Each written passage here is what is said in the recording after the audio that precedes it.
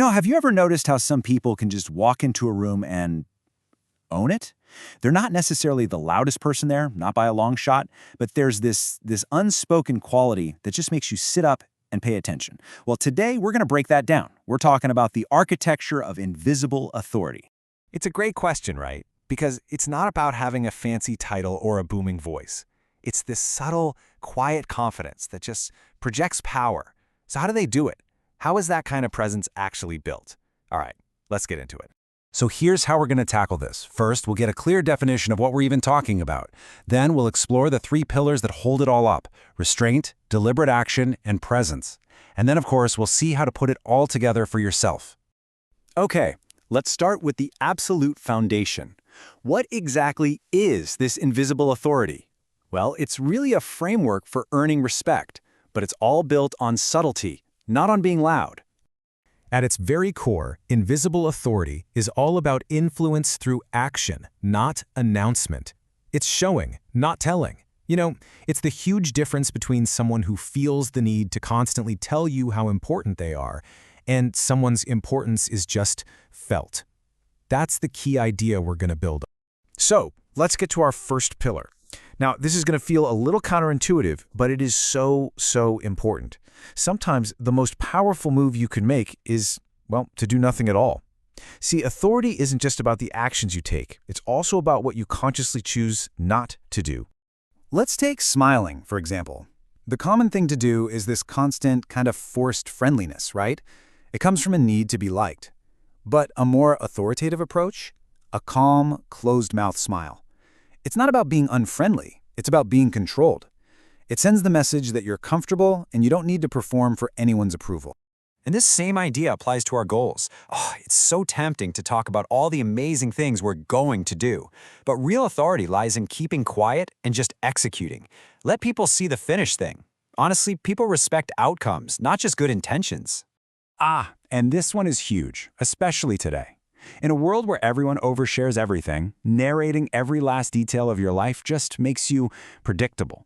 But by cultivating a little bit of mystery, you create depth. People are way more intrigued by the things they don't know about you. It just gives your presence more weight. Okay, so we've just covered restraint, the power of holding back. Now let's flip to pillar 2, the art of deliberate action. This is all about making sure that when you do decide to act, you do it with purpose and it has the biggest impact possible. This quote really gets to the heart of it. Think about it. If your approval is just handed out to everyone for everything, it's worthless. But when someone has to earn it, it means something. And that makes you mean something too. Here's a perfect practical example. Instead of just jumping in and saying, "Yep, I totally agree," try just nodding. A simple nod says, "I hear you, I'm taking it in, I'm thinking." It doesn't instantly give your position away. And that makes your eventual agreement or disagreement so much more powerful. It shows you're thoughtful, not just a people pleaser. Our actions are not just verbal. The way you physically hold yourself sends one of the strongest signals there is. It's like a direct broadcast of your presence and your confidence, and it happens long before you even open your mouth. Just think about a simple handshake. A weak, limp handshake, it just screams weak presence. But a deliberate, confident handshake communicates respect. First, make solid eye contact before your hands even touch. Then, make sure it's a firm web-to-web grip. Try to match their pressure and hold it for just a couple of seconds. It's such a small act, but man, it has a huge impact. All right, let's move on to our third and final pillar, the currency of presence. This is all about understanding that your attention and your time are like money. They're valuable resources, and how you manage them completely shapes how other people see you.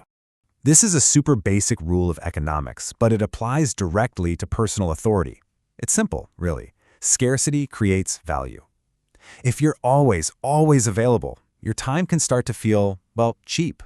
Now, this isn't about being rude or flaky. Not at all. It's about being strategic. Not picking up every single call or answering every email the second it comes in. It signals that you're busy with important work. It actually teaches people that your time is a limited, valuable thing. Access to you becomes something to be appreciated, not just expected. And I love this one. It's such a modern-day power move. In a world full of people just endlessly scrolling on their phones, the simple act of reading a physical book sends a powerful, silent message. It says, "My attention isn't for sale. I'm engaged in deep thought. I value substance over distraction. You know what? It can be quietly intimidating. So there we have it. We've laid the foundation, and we've put up the 3 main pillars. Now let's just take a step back and look at the whole structure we've built for creating this invisible authority. Let's just wrap it all up. First, the power of restraint. It's about what you hold back. Smile with purpose, let your results do the talking, and stop narrating your whole life. Second, deliberate action. Engage with intention, not to listen and shake hands like you mean it. And third, the currency of presence. Manage your value. Be a little harder to reach and choose deep focus over distraction. See, they're not huge, dramatic gestures. They're small, consistent, silent actions that build that quiet confidence. Because in the end, authority isn't something you can just announce you have. It's something other people feel from you. It's built in the pauses, in the small gestures, and in the quiet choices you're making every single day. So the question I want to leave you with is, what story are your silent actions telling about you?